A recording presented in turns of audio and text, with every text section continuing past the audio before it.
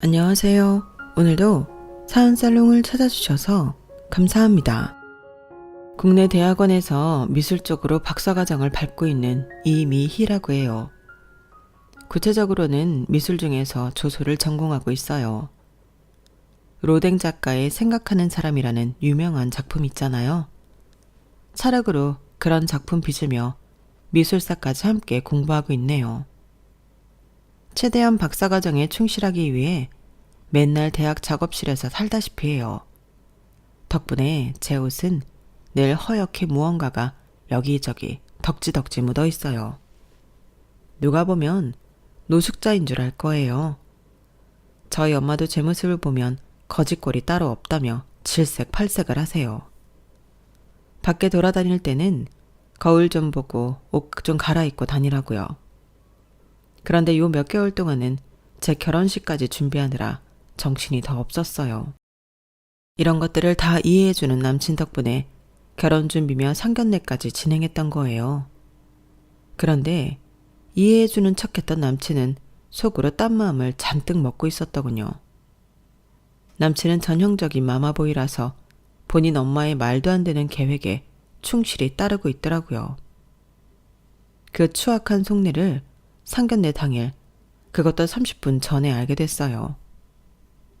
정말 벼랑에서 떨어져 한 줄기 동아줄을 발견한 심정으로 용기를 내어 기어 나왔어요. 상견례고 뭐고 다 파토내고 말이죠. 지난 5년간 함께한 남친과의 세월을 단숨에 쪽내고 나와버렸네요. 남친네 집안 식구들이 다 이상한 사람이란 건 진작에 알고 있었어요. 하지만 남친만은 진실하고 착한 사람이라고 생각했기에 결혼까지 하려고 했었어요. 제가 아직 20대이기에 철이 없어도 너무 없는 것 같아요. 결혼을 너무 쉽게 생각한 것도 있고요. 저희 친정엄마며 제가 친언니처럼 따르는 지인까지 제 결혼을 쌍수들고 반대했는데 그들의 판단이 참 객관적이고 현명한 거였어요. 진작 싹을 잘라버렸어야 했는데 참으로 어리석었네요. 여러분, 주위에서 반대하는 결혼이 있다면 반드시 정신 차리고 다시 한번 생각해보세요. 눈에 콩깍지가 씌워졌을 땐 제대로 된 판단이 내려지질 않더라고요. 특히나 어른들께서 내 남친 여친과의 교제를 반대한다면 꼭 귀 기울여 보세요. 아마 내가 외면하고 있던 단점들이 우르르 쏟아져 나올 거예요. 나보다 세상을 오래 산 어른들의 말씀이 100번 옳더라고요. 아직 결혼을 해본 건 아니지만 막상 결혼해서 콩깍지가 벗겨지면 어른들이 지적한 단점들이 눈등이처럼 크게 느껴질 것 같아요. 어쨌든 제가 블랙홀에 빠져들려는 걸 브레이크 걸어준 내 가족과 지인에게 지금 너무 감사할 따름이네요. 이제 다시금 제자리를 찾아가려 해요. 저희 집에서는 말 나온 김에 30 되기 전에 얼른 결혼하라며 벌써부터 선자리를 알아보고 계시네요. 물론 저도 늦게 결혼할 생각은 없지만 조금 무섭기도 해요. 결혼은 당사자끼리만 좋아서 하는 건 아니라는 걸 깨달았거든요. 결혼은 집안 대 집안의 만남이기에 그쪽 식구들이 정신 똑바로 박힌 사람들이었으면 좋겠어요. 특별한 조건을 바라는 것도 아니고 그저 정상적인 시댁 식구들 맡고 싶은 게 제 바람인데 그것조차 어려운 것 같아요. 사실 저희 집은 외가 쪽이 대대로 부유한 편이에요. 덕분에 저도 엄마 품에서 쉽고 편하게 자랄 수도 있었어요. 하지만 아빠가 돌아가시고 엄마가 재혼하는 과정에서 조금 사이가 틀어져서 해외에서 방황하는 기간이 있었어요. 그때 삶이 참 만만한 게 아니라는 걸 절실히 깨달았어요. 어쨌든 그때부터 늘 겸손히 그리고 열심히 살아야겠다고 다짐했어요. 더불어 우리 집이 여유 있다는 걸 남들에게 최대한 드러내지 않고 살아왔어요. 지금도 그게 맞다고 생각해요. 제 배경이 아닌 인간 이미희를 사랑해줄 사람을 꼭 찾으려고요. 저 언젠가는 좋은 사람 만날 수 있겠죠? 사연살롱 구독자 여러분들께서 많이 응원해 주시면 그 기운을 받아서 삶도 열심히 사랑도 열심히 할 수 있을 것 같아요. 앞으로 제 이야기를 쭉 털어놔 볼게요. 아직 20대지만 하고 싶은 말이 참 많은 다사다난한 인생이었답니다. 남들이 보기엔 금수저로 태어나 온실 속의 화초처럼 자란 것 같아도 제 속은 골마 터질 때가 많았죠. 물론 철모르는 어렸을 적엔 이 모든 게 당연한 줄 알고 누리며 살았어요. 어린 나이에 엄마 아빠 따라서 비싸디 비싼 크루즈 여행을 가보기도 했고요. 비행기 비즈니스석 타고 온 가족이 세계 곳곳으로 여행도 많이 다녔어요. 부모님 모두 승마가 취미여서 우리 가족 각자의 말이 따로 있을 정도였어요. 어렸을 땐 다른 사람들도 다 저희 가족처럼 호화롭게 사는 줄 알았어요. 커보니 그게 아니더군요. 생각해보면 외가 쪽이 특히 잘 살았던 것 같아요. 미술 쪽으로도 조예가 깊으셔서 대대로 우리 집안에서 운영하는 갤러리가 있었어요. 엄마도 미술을 전공하셨기에 저도 자연스레 미술에 큰 관심을 갖게 되었죠. 아빠는 참 자상한 분이었어요. 외할아버지가 운영하는 회사에 임원으로 재직하며 가업 승계를 받으려 하셨어요. 외할머니는 딸만 있었기에 사위인 아빠가 가업을 물려받으려 한 거죠. 그런데 회사 일이 굉장히 스트레스가 컸나 봐요. 고작 40대 초반이었던 아빠가 암에 걸리고 말았어요. 너무 야속하게도 아빠가 아직 젊었기에 암이 퍼지는 속도도 빨랐어요. 우리 가족들은 아빠를 살리기 위해 온갖 방법을 다 동원했어요. 그래도 경제력이 뒷받침되는 집이었으니 아낌없이 돈을 투자하여 사람 하나 살리고자 한 거죠. 아빠를 데리고 일본에서도 치료받게 하고 미국에서도 치료받게 했어요. 전 초등학생이었으니 일단 한국에서 계속 학교를 다니는데 여념이 없었어요. 대신 엄마를 비롯한 메인 간병인들이 아빠 치료받는 곳에 계속 따라갔어요. 간병을 해주신 분들 중 남자 간호사 출신이었던 이 실장님이 가장 열심히 아빠를 데리고 다니며 치료받게 해주셨어요. 너무 감사한 분이었죠. 저에게 격려도 많이 해주시는 다정한 아저씨였어요. 미야, 너희 아빠는 꼭 건강을 되찾을 수 있으실 거야. 그러니 너무 걱정 말고 한국에서 학교 잘 다니고 있어. 이렇게 의료기술이 최고인 나라들을 찾아다니며 치료받고 있는데 당연히 완치되실 거야. 메인 간병인이었던 이 실장님이 이렇게 호언장담하며 절 다독여 주셨기에 저도 아빠가 건강히 살아 돌아오실 줄 알았어요. 하지만 아무리 선진국 의료건 뭐건 암이 퍼지는 속도가 너무 빨라 손쓸 수 없었죠. 그나마 다행인 것은 한국에서 모든 가족들이 다 보는 가운데 임종을 맞이할 수 있었다는 거예요. 하나뿐인 딸인 저와 하나뿐인 와이프인 우리 엄마 앞에서 말이죠. 여보, 나랑 미희 두고 어딜 간단 말이야. 안 돼. 눈 떠요. 정신줄 놓지 마. 나 당신 없으면 못 살아. 한평생 간병만 해도 좋으니 제발 죽지만 말아줘요. 제발. 아빠의 임종이 가까워오자 엄마는 거의 실신할 것처럼 오열했어요. 전 아빠의 귀에 대고 소리 지르는 엄마를 붙잡으며 이렇게 말했죠. 엄마, 사람이 죽을 때 청각이 가장 늦게 사라진다고 하잖아요. 그러니 아빠 귀에 대고 그렇게 소리 지르지 말고 소근소근히 하고 싶은 말 제대로 하세요. 이제 마지막 기회잖아요. 전 아직 초등학생이었지만 엄마에 비해 이성적이었던 것 같아요. 아빠가 돌아가시고 장례식 때도 거의 실신한 엄마를 대신해 손님들과 인사도 제가 나누었어요. 지금 생각해도 제가 참 어른스러웠네요. 그런데 그로부터 6개월 후 제가 아직 이해심이 깊지 않은 아이일 뿐이라는 걸 여실히 느낄 수 있는 사건이 벌어졌어요. 바로 엄마의 폭탄 선언으로부터 시작되었죠. 미야, 잠깐만 소파에 앉을래? 너에게 할 말이 있어. 조금 있으면 어떤 분이 오실 거야. 그분과 관련된 얘기야. 너에게 조금 혼란스러운 이야기일 수 있지만 엄마가 재혼을 생각하고 있어. 외할머니랑 외할아버지한테는 모두 허락을 받았고 이제 가장 중요한 우리 미희 허락만 남았네. 아빠 떠나보내고 6개월 정도 지났으니 엄마 이제 다른 사람과 재혼해도 될까? 엄마가 너무 외롭고 힘들어서 말이야. 전 머릿속이 복잡해졌어요. 아빠가 저 세상 떠날 때도 그렇게 이성적이던 제가 엄마의 재혼 선언에는 무척 혼란스럽더군요. 그런데 익숙한 듯 우리 집 번호키를 누가 삐삐삐삐 하고 누르고 들어오는 사람을 보고 경악을 금치 못했어요. 미희야, 진작 말 못해서 미안해. 엄마가 재혼한다는 분이 바로 아빠를 간호해 주셨던 이 실장님이셔. 뭐?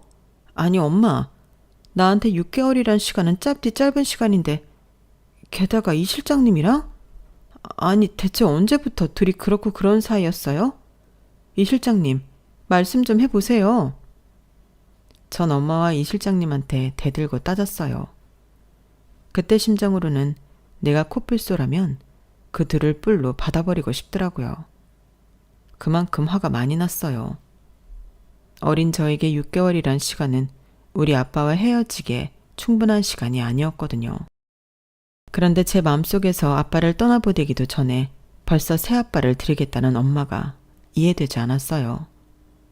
게다가 우리 아빠 아플 때 간병해줬던 간호사 출신 이 실장님과 재혼을 한다니 현실을 부정하고 싶더군요. 엄마와 이 실장님 앞에서 제가 하도 성을 부리니 이 실장님이 절 진정시키려 했어요. 일단 덮어놓고 사과하기 시작했죠. 미안하다 미희야. 정말 미안해. 너희 마음 이해 못하는 거 아니다. 그런데 내가 가족이 되어 친아빠처럼 잘해주면 안 될까? 네 엄마를 많이 사랑하고 있어. 그만큼 널 아껴줄 자신도 있단다. 아저씨한테 기회를 한번 주지 않겠니? 마음속으론 싫어요 싫어를 외치고 싶었지만 저 빼고 온 가족이 다 찬성했다고 하니 저도 두 손 두 발 다 들고 말았어요. 외할아버지나 외할머니께서는 그닥 집안이나 스펙이 좋지 않은 이 실장님을 반기진 않았지만 30대 젊은 나이에 미망인이 돼버린 엄마가 불쌍하여 엄마 뜻대로 재혼을 허락한 것 같더라고요. 사춘기도 없이 나름 열심히 착하게 살고 있던 저는 처음으로 객기를 부려봤어요. 엄마와 새아빠와 같은 집에 살기 싫었거든요. 엄마, 나 중학교부터는 미국에서 학교 다니게 해줄 수 있을까요? 유학비용 아깝지 않게 최대한 열심히 공부할게요. 영어도 배우고 미술 전공까지 해서 세계적인 미술가가 되어 돌아올게요. 꼭 좀 보내주세요. 그렇게 총 10년간의 유학생활이 시작되었어요. 처음 갈 때는 저의 유학생활이 그렇게 길어질지 몰랐어요. 엄마와 새아빠는 제게 연락도 자주 하고 마치 고해성사와 같은 긴 편지도 엄청나게 보내왔어요. 제가 원하면 언제든지 한국으로 돌아오라는 내용이었죠. 저도 참 독한 게 무려 3년이나 한국에 돌아가지 않고 미국에서 홀로 유학생활을 버텼어요. 인종차별도 엄청 당하고 왕따를 당하면서도 눈 하나 깜짝 안 하고 오히려 그들에게 경멸의 눈빛을 쏘아댔어요. 하도 독하게 꼼짝도 안 하니 놀리는 것도 재미없었는지 나중엔 감심도 안 보이더라고요. 차라리 그게 편했어요. 그렇게 고독한 3년의 미국 생활이 지나고 처음으로 엄마와 새아빠가 살고 있는 집으로 찾아갔어요. 그런데 갑자기 거실에 아기가 아장아장 걸어다니는 게 아니겠어요? 전 너무 놀라서 엄마한테 물어봤어요. 아니, 이 아이는 누구예요, 엄마? 설마 엄마가 낳은 아이예요? 그래, 미희야, 네 동생이야. 너 미국에서 미술 공부하는데 괜히 신경 쓰일까봐 동생 태어난 거 얘기 안 했어. 애기가 크는 게 얼마나 예쁜지 몰라. 자매간에 앞으로 잘 지내. 엄마의 소원은 이제 그것뿐이야. 갑자기 없던 동생이 태어난 게 신기하다기보단 약간 충격으로 다가왔어요. 그땐 제가 참 이기적이었나 봐요. 아님 아직 어려서 철이 없었는지도 모르겠네요. 엄마와 새아빠, 그리고 이제 돌쟁이 여동생, 이렇게 셋이 가족인 것 같고 전 이방인처럼 느껴졌어요. 그리고는 바로 진짜 이방인으로 다시 돌아가고 말았어요. 한국에 내 공간은 없다고 생각했고 미국 유학 생활을 다시 이어나갔죠. 누가 내쫓은 것도 아닌데 스스로 가족 내에서의 왕따를 자초한 것 같네요. 그러던 어느 날 한 한국 학생이 유학을 왔어요. 지금까지도 제가 친언니처럼 따르는 미경 언니였죠. 제 이름은 미희, 언니 이름은 미경이었기에 진짜 친자매처럼 친해졌어요.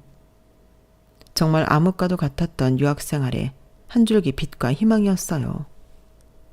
항상 투덜거리며 비관적으로만 생각하던 제게 언니는 긍정의 멘토가 되어주었어요. 객관적으로 언니는 정말 안 좋은 환경에서 고군분투하며 헤쳐나가고 있었어요. 어려서 부모 모두 병과 사고를 잃고 홀로 미술 장학금으로 연명해서 아주 어렵게 유학까지 오게 된 케이스였어요. 워낙 발군의 미술 실력 덕분이었죠. 그에 비하면 전 엄청나게 좋은 환경에서 투덜대기만 하는 투덜이 스머프였고요. 그때부터 저도 미국에서 좀 더 열심히 생활하게 됐어요. 괜찮은 대학에 합격하여 다니며 알바를 해서 용돈을 벌기도 하고 봉사활동을 하기도 했어요. 그렇게 잘 적응해가고 있는데 제 목숨을 위협하는 사건이 벌어지고 말았어요. 총기 소지가 가능한 나라인 미국에서 총을 든 강도에게 위협을 당하고 말았던 거죠. 전 제 휴대폰부터 해서 제게 있는 모든 돈과 소지품을 다 내주었어요. 그 강도가 갖고 있던 총이 장난감 총인지 진짜 총인지 모르겠지만 그 공포감은 이루 말할 수 없었죠. 그때 생긴 트라우마로 인해 지금까지도 가끔 악몽을 꾸곤 하네요. 하여튼 그날 그 강도 사건 이후로 전 뒤도 안 돌아보고 한국행을 택했어요. 왜냐하면 생사의 기로에 서니 우리 엄마 생각밖에 안 났거든요. 자나깨나 외국에서 혼자 사는 내 걱정만 하는 우리 엄마가 너무 보고 싶었죠. 공항에서 엄마를 보고는 무릎을 꿇고 대성통곡을 했어요. 다리가 풀려버렸거든요. 엄마, 내가 다 잘못했어요. 오만방자한 딸내미를 용서해 주세요. 지금까지 다 괜찮은 척 했지만 미국으로 떠나는 비행기에서부터 난 얼마나 외롭고 괴로웠는지 모르겠어요. 쿨한 척한 건 다 연기였어요. 엄마 사랑해. 다신 엄마 곁을 안 떠날 거야. 그래 우리 딸. 지난 10년간 오매불망 얼마나 널 그리워했는지 몰라. 엄마가 재혼을 선택하는 바람에 우리 딸이 엄마를 떠나버릴까봐 너무 무서웠어. 우리 다시는 헤어지지 말자. 알았지 우리 딸? 통곡하는 우리 모녀 옆에 서있던 제 여동생과 새아빠가 절 안아주었어요. 이로써 새아빠와 여동생까지 모두 진짜 내 가족이 된 것 같은 느낌이었어요. 무슨 객기로 10년이나 가족 곁을 떠나 머나먼 타국에서 홀로 버텼는지 모르겠네요. 여튼 기나긴 저의 타국 생활은 그렇게 막을 내렸어요. 이제 한국에서 대학원 생활을 계속 이어가게 됐어요. 어느 날 버스를 타려고 기다리고 있는데 정류장에서 어떤 행색이 초라한 할머니가 엉엉 울고 있는 거 아니겠어요? 절 보더니 붙잡고 울며 하소연하기 시작했어요. 아유 억울해 미치겠네. 내 말 좀 들어보소. 내가 까막눈이라 핸드폰 약정이며 계약서며 아무것도 모른다오. 그저 젊은 총각들이 시키는 대로 공짜폰 만들어주겠다고 해서 사인했는데 요금이 몇십만 원이 나오지 뭐야. 나 폐지 주어서 하루 벌어 하루 먹고 사는 노인인데 당장 어디서 몇십만 원을 벌어온단 말이야. 전 그 할머니의 딱한 사정을 듣고는 분노에 차서 할머니와 함께 그 핸드폰 가게로 갔어요. 제 인생에서 그렇게 소리치며 매섭게 사자우를 지른 건 처음이었네요. 당신들 글 모르는 할머니를 상대로 사기를 쳐먹어? 그러니 폰팔이라는 말이나 쳐듣는 거야. 당신들 내가 콩밥 제대로 먹일 거야. 두고 봐. 전 그 자리에서 바로 경찰을 불렀고 최대한 증거까지 확보할 수 있도록 도왔어요. 그 사건을 계기로 까막눈 어르신들을 가르치는 야학 봉사활동에 있다는 걸 알게 됐고, 제 미술 재능 기부와 함께 봉사활동을 열심히 하게 되었어요. 어르신들에게 도예도 가르쳐드리고 기초 회화 및 영어, 한글까지 제가 가르칠 수 있는 모든 걸 다 하고 싶었어요. 그곳에는 봉사의 뜻을 함께하는 직장인들과 대학생들이 모여들기 시작했어요. 다들 선한 마음을 갖고 있는 사람들이라 쉽게 친해질 수 있었어요. 여느 때와 다름없이 아주 작은 공간에서 수업 준비를 하고 있는데 갑자기 아랫배가 미어지게 아픈 거 아니겠어요? 집채만한 파도가 몰려오듯이 점점 엄청난 고통이 오더군요. 도저히 서 있을 수도 없는 지경이었죠. 시멘트 바닥에 대굴대굴 구르며 신음소리만 내고 있었어요. 그때 저쪽에서 이름도 특이한 박상춘이라는 남자 직장인이 달려왔어요. 그도 야학 봉사를 함께하는 사람이었죠. 미씨, 갑자기 왜 이래요? 당장 119 부를게요. 박상춘 이 사람은 119를 불러놓고 기다리는 시간이 애 같았는지 절 번쩍 안고는 도로가로 나가서 오매불망 구급차를 기다렸어요. 그렇게 그의 품에 안겨 응급실로 향했고 다행히 큰 병이 아닌 맹장염으로 긴급 수술을 받았네요. 수술을 받고 깨어나니 엄마가 사색이 되어 절 바라보고 있더라고요. 그런데 전 물론 엄마도 반가웠지만 절 위에 안고 띄워준 상춘 씨 얼굴이 보고 싶더라고요. 문자로 상춘 씨를 불렀죠. 상춘 씨는 절 보자마자 대뜸 물어보더군요. 방귀 나왔어요? 그 말에 웃음이 터져버리고 말았어요. 배가 찢어지게 아팠죠. 자, 웃기면 안 돼요. 수술 부위가 너무 아프단 말이에요. 여튼 고마워요. 구급차 불러줘서. 고맙긴요. 영광이었어요. 그동안 제 속내를 표현할 틈을 안 줘서 곁에만 맴맴 돌고 있었는데 이렇게 미희 씨를 안고 뛸 수 있는 기회를 줘서 고마워요. 그동안 이 남자가 절 이렇게 생각하는 줄 까맣게 모르고 있었는데 갑자기 병실에서 고백 비스무리한 얘기를 들으니 뜬금없었어요. 저의 맹장염 사건 이후로 우린 친해졌어요. 저도 상춘치를 착실한 청년이라고 생각하고 있었거든요. 대기업을 다니고 있는 능력 있는 사람이기도 했고요. 20대 중반이 되도록 연애 한번 못 해본 여자였기에 연애의 맛을 경험해보고 싶기도 했네요. 그렇게 우린 정식으로 사귀게 되었어요. 처음으로 남자친구를 가져본 거죠. 첫사랑을 하니 세상이 온통 핑크빛으로 보이더군요. 그렇게 사랑에 빠져있을 때, 제가 미국에 있을 때 친자매처럼 지내던 미경 언니가 한국으로 돌아왔어요. 그동안 미경 언니는 미국인을 만나 결혼까지 했었는데 불행히도 파경을 맞아 한국으로 돌아오게 된 거죠. 갑자기 하루아침에 날 사랑하지 않는다고 이혼하자더라. 이래서 외국인이랑 결혼하면 안 되는 건가 봐. 우리나라 정서랑 너무 안 맞아. 어쨌든 난 순수 미술을 계속해 나갈 거야. 당분간 식당에서 일하면서 고시원에서 생활하기로 했어. 고시원은 보증금이 필요 없거든. 언니, 공동생활해야 하는 고시원은 너무 불편한 것 같아. 나도 집에서 독립해서 대학원 근처 원룸에서 지내고 있어. 언니 원룸 보증금 정도는 내가 대줄 수 있어.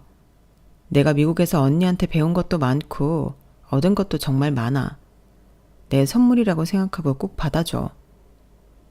전 미경 언니의 원룸 보증금을 대줬어요. 언니와 같은 건물 원룸에서 지낼 수 있다고 생각하니 많이 의지가 되었죠. 사실 재력이 어느 정도 되는 저희 엄마는 제게 아파트를 얻어주고 싶어 했어요. 그런데 미국에서의 독립적인 생활에 익숙해진 저는 본격적으로 돈벌이를 하기 전까진 최대한 검소하게 살고 싶었죠. 남친도 아마 제가 못 사는 줄 알았을 거예요. 돈 없는 대학원생 정도로 생각했겠죠. 그때는 서로에게 콩깍지가 씌어서 다른 조건 따윈 보이지 않았던 것 같아요. 그렇게 몇 년을 사귀고 제가 대학원 박사과정까지 밟으면서 점점 남친의 가족들에 대해 좀 이상한 점을 느끼기 시작했어요. 가족 구성원들이 도통 상식적이지 않더군요. 남친 밑으로는 여동생과 남동생이 있었어요. 남친 아버지는 좀 많이 아픈 상태였고 남친 엄마는 그렇게나 남친을 불러대더라고요. 큰아들을 유독 좋아해서 그런 건지 아님 시중될 사람이 필요한 건지 데이트 때도 본인 엄마가 부르면 남친은 쪼르르 달려가곤 했어요. 완전 마마보이가 따로 없었죠. 남친 엄마는 진짜 이상한 사람이었는데 하루는 남친이 아빠 수술비를 제게 좀 빌려달라고 하더라고요. 뭐? 500만 원? 집안에 그 정도 돈도 없어? 자기 대기업 연봉이 얼만데 그동안 모아놓은 돈이 그렇게도 없는 거야? 아버님 위급하시다고 했지? 뭐 당연히 빌려줄 순 있어. 정말 미안해 미희야. 미희한테까지 이런 부탁하고 싶지 않았는데 우리 집에 10,000원짜리 한 장 찾아볼 수가 없네. 엄마가 예전에 아주 부잣집 딸이었는데 집안이 폭삭 망한 케이스라 그 씀씀이를 여태 버리질 못하고 계셔. 여튼 정말 고마워. 그런데 2주 후 남친이 비통한 얼굴로 제게 고해성사하듯 얘기했어요. 아빠가 얼마 못 사실 것 같아. 이러다가 우리 아빠 정말 돌아가시면 어떡하지? 뭐? 수술이 잘못된 거야? 왜 갑자기? 실은 수술을 제때 받지도 못했어. 수술비로 미희가 준 돈, 그걸로 엄마가 갑자기 전신 지방 흡입이며 성형수술을 하시는 바람에 다 날려버렸어. 그 사건 때문에 가족들이 난리가 났고 지금 아빠 상태가 매우 안 좋네. 전 제 귀를 의심했어요. 본인 남편은 다 죽어가는데 어디서 꼬은 남편 수술비로 성형수술을 하고 앉아있다니 사이코가 따로 없었죠. 남친 말대로 남친 아버지는 이틀 후 돌아가셨어요. 당연히 장례식에 찾아가 꽤 큰 돈을 부조금으로 냈어요. 남친과 저는 암묵적으로 결혼까지 생각하고 있었거든요. 예비 며느리라고 생각하니 최대한 예의를 차리며 장례식을 도왔어요. 남친 엄마는 손님 맞을 생각은 안 하고 상복 입고 술만 처먹고 있더군요. 절 보고는 굉장히 상스럽게 말했어요. 너 원룸 산다며? 무슨 예술이랍시고 조각하고 미술하고 그러냐? 그런데 쳐드릴 돈으로 장사를 하든가 좀 생산적인 일을 하지 그래. 꼭 뭣도 없는 년들이 예술한다고 꼴값 떨더라? 괜히 우리 집 며느리로 들어와서 그놈의 미술 재료비로 돈 다 쓰지 말고 애진작에 꺼지란 말이야. 남친 엄마는 입으로 똥을 잔뜩 싸놓고는 술에 취해 대자로 뻗어서 그 자리에서 자더군요. 저는 처음 들어보는 그런 모욕에 충격을 받고는 그 자리에서 얼어버렸어요. 그런데 저쪽 부조금 받는 곳에서 큰 소리가 나더라고요. 바로 남친의 여동생과 남동생이 서로 부조금을 갖겠다며 싸우는 소리였죠. 야 이년아, 네가 막내면 다야? 집에 돈만 있으면 다 네가 가져가려고 해. 또 나이트나 전전하면서 술값으로 더 날릴 거잖아. 또 어떤 남자를 꼬셔서 원나잇이나 하게? 이 날라리 같은 기집애 같으니라고. 얼른 돈 내놔. 이 돈 다 내 거야. 무슨 말이야. 오빠면 다야? 오빠가 큰오빠도 아니잖아. 멍청해서 이삿짐 센터에서 짐이나 나른 주제에 뭐? 살아생전에 아빠가 막내딸인 나를 제일 좋아한 거 기억 안 나? 이 돈은 내 거라고. 어서 내놔. 보다 못한 큰아들인 남친이 가서 정리하더라고요. 야, 이 철없는 것들아. 이 돈으로 장례식 비용 지불할 생각은 안 하고 누가 뭘 갖겠다고 싸우는 거야 지금. 여튼 현금만 보면 눈 돌아가서는 얼른 가서 엄마나 챙겨. 엄마 또 술 마시고 대자로 뻗어 계시니까. 이쯤 되니 점점 남친의 집안이 무서워지기 시작했어요. 실제로 한 번도 보지 못한 뭔가 기생충스러운 가족들이었어요. 너무나도 찜찜한 마음을 뒤로하고 집으로 왔어요. 제 친자매나 다름없는 미경 언니에게 고민을 토로하였죠. 그런데 우연히도 언니는 남친 엄마에 대해 알고 있더군요. 너 남친 이름이 뭐? 박상춘? 혹시 그 엄마 이름이 곽숙자 아니야? 곽슈 아줌마. 맞지? 식당에서 일하는. 언니 어떻게 알고 있어? 저번에 장례식에서 가족들 이름 보니까 곽씨 맞았던 것 같아. 내가 지금 알바하고 있는 식당에서 같이 일하는 아줌마야. 아, 그 아줌마가 큰아들 자랑을 얼마나 하든지. 그 아들 이름이 젊은 사람 치고 하도 독특해서 알고 있었지. 그 사람이 너의 남친이라니? 게다가 뭐? 결혼까지 염두에 두고 있다고? 곽씨 아줌마가 어떤 여자인 줄 알기나 해? 그 아줌마가 계산한답시고 돈통에 손대려던 게 한두 번인 줄 알아?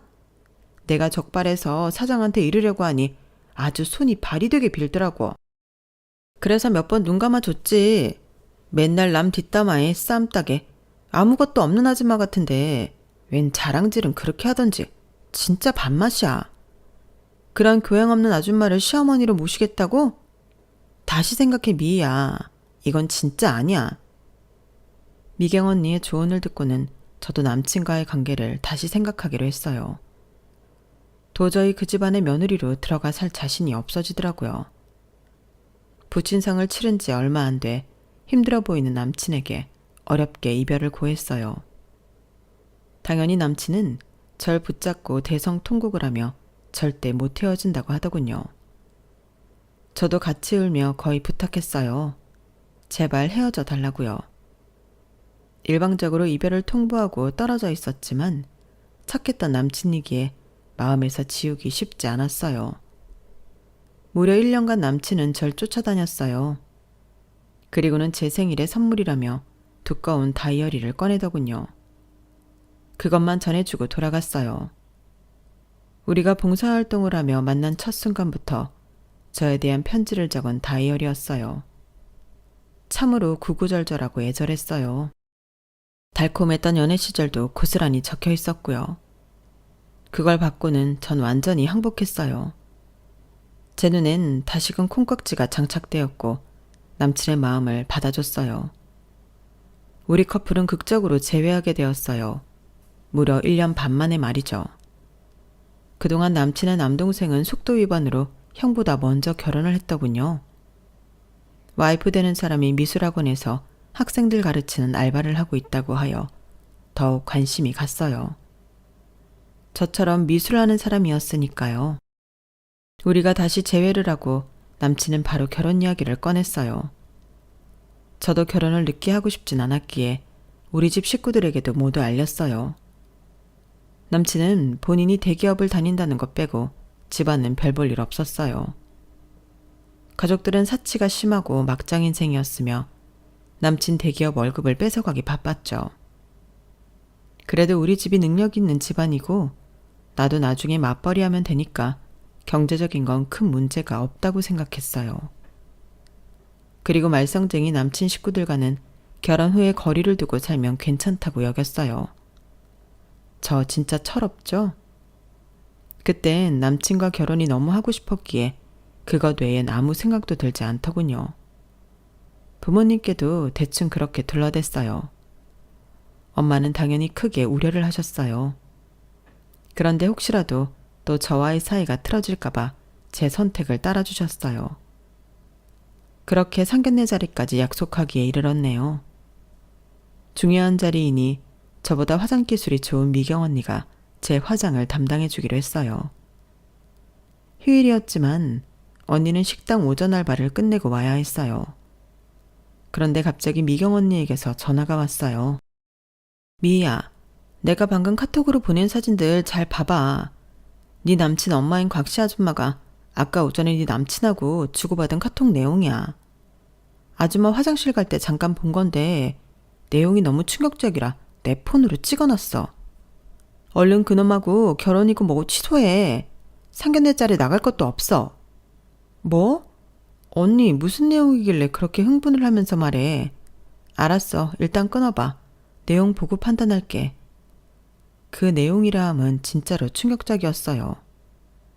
그토록 착하다고 믿었던 남친이 개막장인 자기 엄마가 하자는 대로 내내 하고 있던 거였죠. 내용은 이러했어요.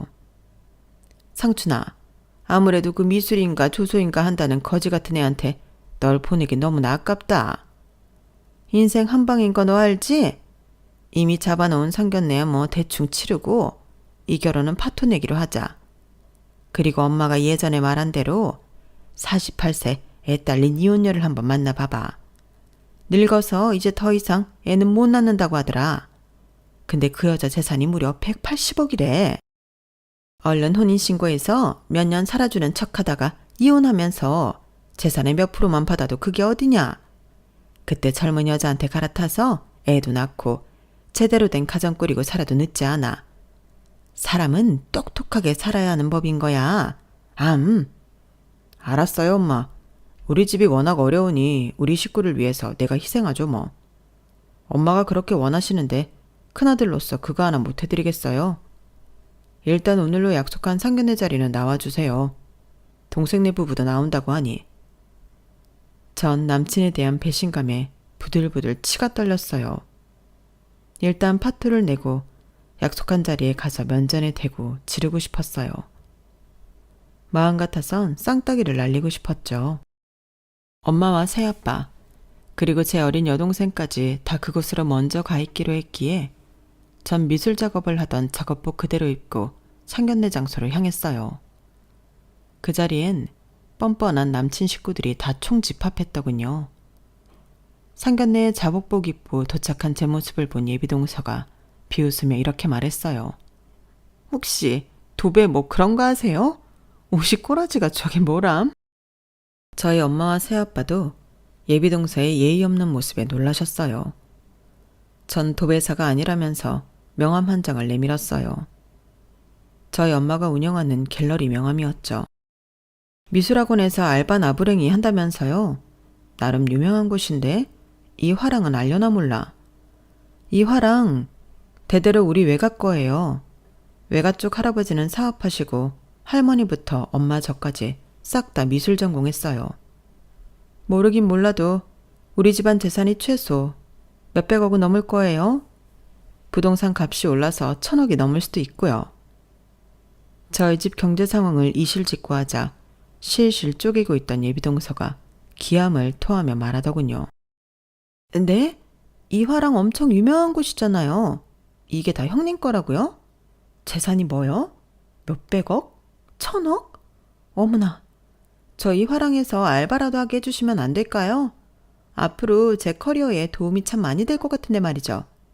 제발 한 번만 부탁드릴게요.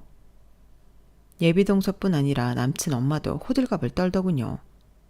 어머 며느리야, 네가 이렇게 부잣집 딸이었니? 왜 진작 말하지 않았어? 내 그동안 너한테 모질게 대해서 미안하구나. 이런 줄은 몰랐지. 어서 오거라. 우리 집안의 며느리가 된 것을 두 팔 벌려 환영한다. 전 어이가 없었어요. 반색을 하며 반기는 듯한 남친의 태도도 역겨웠죠. 자기야, 자기네 집이 부자인 거 왜 비밀로 한 거야? 나 못 믿었던 거야? 아유, 하마터면 큰일 날 뻔했네. 뭐? 큰일? 48세 애 딸린 이혼녀한테 팔려갈 뻔한 거 말하는 거야?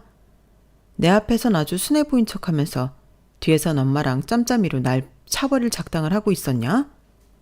너 진짜 개쓰레기였구나. 뒷담 까고 있으면 내가 모를 줄 알았냐? 엄마 아빠 일어나세요. 아는 지인 덕분에 수렁에서 극적으로 빠져나왔네요. 이런 기생충 같은 집안과 결혼했으면 영혼까지 탈탈 털렸을 거예요. 제가 돈 없는 집안 사람인 줄 알고 절 쓰레기 취급한 사람들이에요. 본인들은 쥐뿔도 없이 사치나면서 말이죠. 참, 세상엔 별스러운 사람이 다 있네요. 얼른 집에나 갑시다, 엄마 아빠. 남친 식구들이 다 날 붙잡고 늘어지는 걸 덩치 큰 새아빠가 싹 다 정리해줬어요. 이거 놔요. 귀한 내 딸 잡아먹을 뻔한 족속들 같으니라고. 다들 새아빠가 팔 한 번 휘두르니 벌러덩 나가 떨어지더군요. 그들을 향해 가래침 한 번 뱉고 싶은 마음을 꾹 참고 비웃어주고 상견례장을 빠져나왔어요. 집으로 가는 차 안에서 슬프기는커녕 아주 통쾌하더군요. 그렇게 저는 저승의 문턱에서 다시금 이승으로 살아나오게 됐네요. 결혼은 파토났지만 이렇게 상쾌할 수가 없습니다. 전 원룸 생활을 정리하고 대궐 같은 엄마 집으로 돌아왔어요. 남자고 뭐고 지금 당장은 다 지긋지긋하네요. 그저 조신이 박사과정이나 마치고 엄마가 정해주는 곳으로 시집이나 가는 게 제일 베스트일 것 같아요. 어른들이 보는 눈이 가장 정확할 것 같아서 말이죠. 더 이상 저의 남자 보는 안목을 믿지 못하겠네요. 언젠가 제 인생에도 좋은 남자가 나타나 구해주길 꼭 기원해 주세요. 저도 사연살람 구독자분들의 행복을 빌어드릴게요. 지금까지 긴 글 읽어주셔서 정말 감사해요. 여러분, 사연 댓글에 응원과 현명한 조언 부탁드려요. 좋아요와 구독은 저에게 큰 힘이 됩니다. 오늘도 좋은 일 가득하세요.